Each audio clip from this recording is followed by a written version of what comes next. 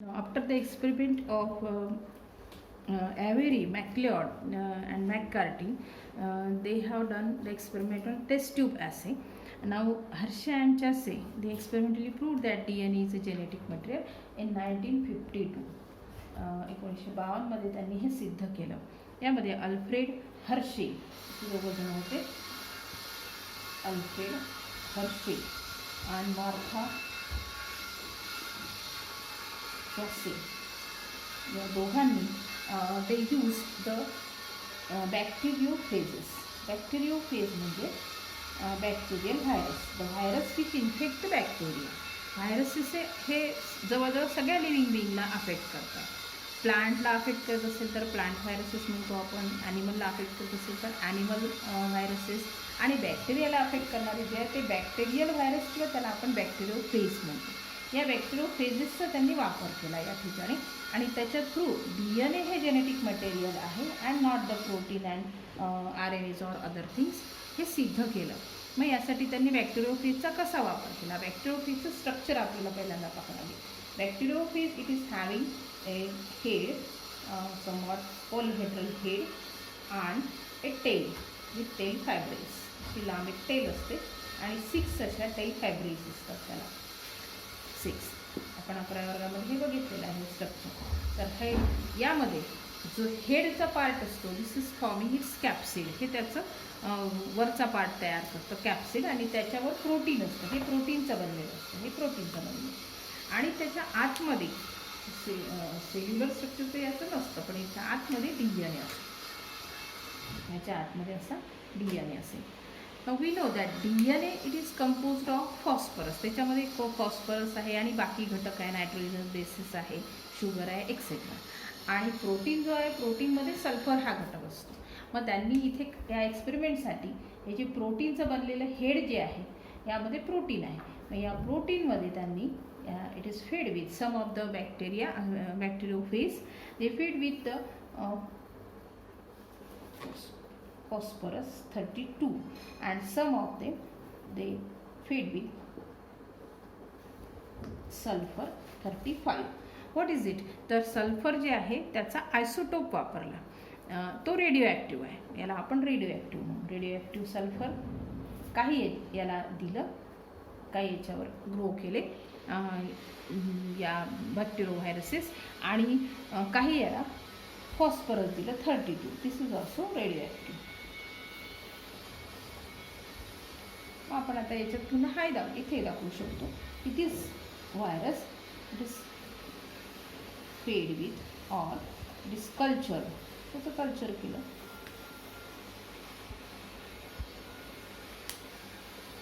having P30. Now we know that DNA is containing phosphorus but not sulfur, and protein is containing sulfur but not phosphorus. म्हणजे आता हा जो sulphur आहे तो प्रोटीनमध्ये आहे. याचं जेव्हा काही कव्हर हे तयार करतं, याचं हेड तयार करतं, तेव्हा तो ह्या प्रोटीनमध्ये S35 त्यांनी घेऊन टाकला. मग प्रोटीनमध्ये हा S35 एंटर झालेला आहे, आणि इथे P32 जो आहे तो DNAमध्ये एंटर झालेला आहे. त्यांना काय सिद्ध करायचं होतं? प्रोटीन हे जेनेटिक मटेरियल आहे की DNA हे जेनेटिक मटेरियल आहे. म्हणजे पुढच्या जनरेशनमध्ये काय जातं, DNA जातो की प्रोटीन जातं, हे त्यांना पाहायचं होतं. मग आता याच्यासाठी त्यांनी व्हायरसची जी काही लाईफ सायकल असते त्याचा इथे वापर केलेला आहे. व्हायरसची लाईफ सायकल कशी असते ह्या बॅक्टेरियोफेजची पर्टिक्युलरली, की हा बॅक्टेरियोफेज आता हे इन्फेक्ट करेल. पहिली स्टेप जी आहे याच्यामधली ती इन्फेक्शनची आहे. तो इन्फेक्ट करतो बॅक्टेरियल सेलला. जो बॅक्टेरियल सेल असेल त्या बॅक्टेरियल सेलवर हा असा पेनिट्रेट करतो, त्याला त्याच्यावर it sits on this bacterial cell. तो पण दाखवतो बॅक्टेरियल सेलवर तो सिट होतो आणि इन्फेक्टेड, त्याला इन्फेक्ट करतो. हे इन्फेक्शन होताना ह्या टेलचा आणि ह्या सेल वॉलला पूर्ण डिझॉल्व करून याचाच डायरेक्ट संपर्क येईल. इथे सुद्धा तो डायरेक्ट संपर्क येईल, आणि DNA it will enter inside the bacterial cell. DNA हा एंटर होतो बॅक्टेरियल सेल. इथे सुद्धा होतो DNA.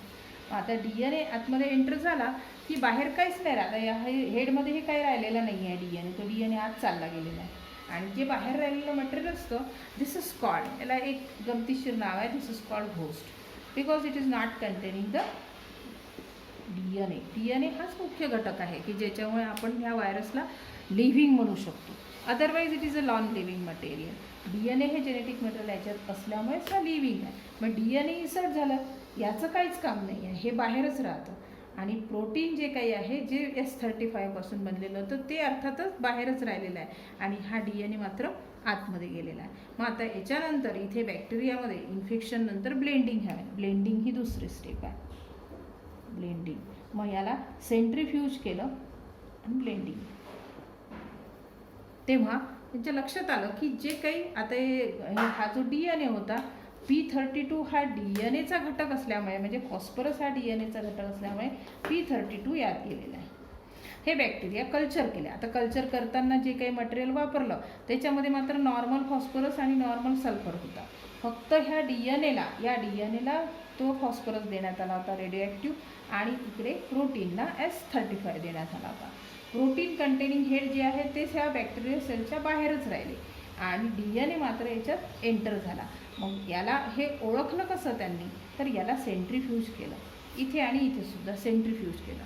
तर सेंट्रीफ्यूजमध्ये ते अशा आकाराच्या टेस्ट ट्यूब असतात त्या आणि ऑटोक्लेव्ह नावाचं एक मशीन असतं. त्या मशीनमध्ये ते असे ठेवले जातात आणि विशिष्ट RPMनी 200 RPMनी त्याला फिरवल्या जातं.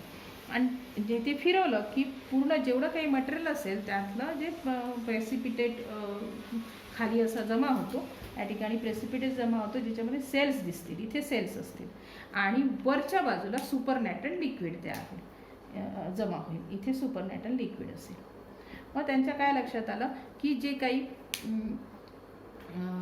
पहिला जो एक्सपेरिमेंट होता हा पहिल्या एक्सपेरिमेंट ज्याच्यामध्ये S35 हा प्रोटीनमध्ये एंटर झाला होता त्याच्यामध्ये no sulphur it is detected in the cell. इथे जे सेल होते ह्या सेलमध्ये अर्थातच कोण आला, DNA. पहिल्या याच्यामध्ये बरं, ह्या पहिला जो एक्सपेरिमेंट होता या याच्यामध्ये इथे त्यांना सल्फर दिसला नाही, नो सल्फर, यामध्ये सल्फर दिसला नाही. आणि सल्फर कुठे होता, सुपरनॅटल लिक्विडमध्ये. इथे मात्र सल्फर दिसला. म्हणजे याचा अर्थ काय की सुपरनॅटल लिक्विडमध्ये असतात हे हेड आणि सेल कुठे असतात, हे पूर्ण DNA सहित इथे PPTमध्ये. आणि त्याच्यामुळे सल्फर हे याचं कंटेंट होता तो रेडिओ सल्फर हा सुपरनॅटल लिक्विडमध्ये दिसला. म्हणजेच हे गोष्ट तिथेच राहिले. आणि हे जे आहेत सल्फर, या जो DNA होता याचा जो DNA होता याच्यामध्ये सल्फर नव्हतं. म्हणजेच जो DNA इकडे आतमध्ये आला.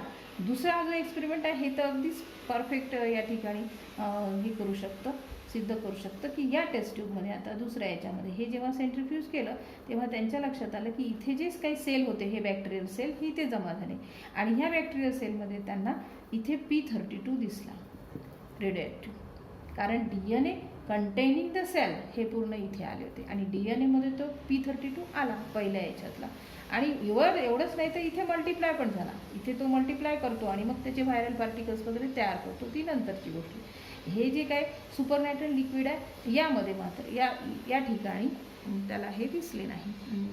सुपरनॅटल लिक्विडमध्ये phosphorus it is detected in cell आणि इथे sulphur it is detected in the supernatant liquid. म्हणजे ह्या घोस्टमध्ये हे जे काही प्रोटीनचं बनलेलं असतं घोस्ट त्याच्यामध्ये सल्फर दिसलं होतं आणि ह्याचं जे होतं ते प्रेसिपिटेटमध्ये दिसलं होतं सेल्समध्ये. मग याच्यावरून हे सिद्ध होतं की पुढच्या जनरेशनमध्ये हे प्रोटीन जात नाही, प्रोटीनमुळेच जात नाही, ते तर बाहेरच राहिलं इथे. कारण प्रोटीन हे काय आहे, it is a chemical, this is also chemical. पण प्रोटीन हे जे काही आहे ते फक्त एक बायोकेमिकल आहे आणि ते जेनेटिक मटेरियल म्हणून वापरल्या जात नाही. जेनेटिक मटेरियल हा DNAच आहे जो पुढच्या जनरेशनमध्ये जातो. इथे पुन्हा व्हायरल पार्टिकल जे तयार होतात त्याच्यात हा DNAच जातो. नवीन व्हायरल पार्टिकल तयार करण्यासाठी इथे नवीन प्रोटीन तयार होतं. हे आपण नंतर व्हायरसची जेव्हा हे पाहू त्याच्यामध्ये ते येईलच लाईफ सायकलमध्ये.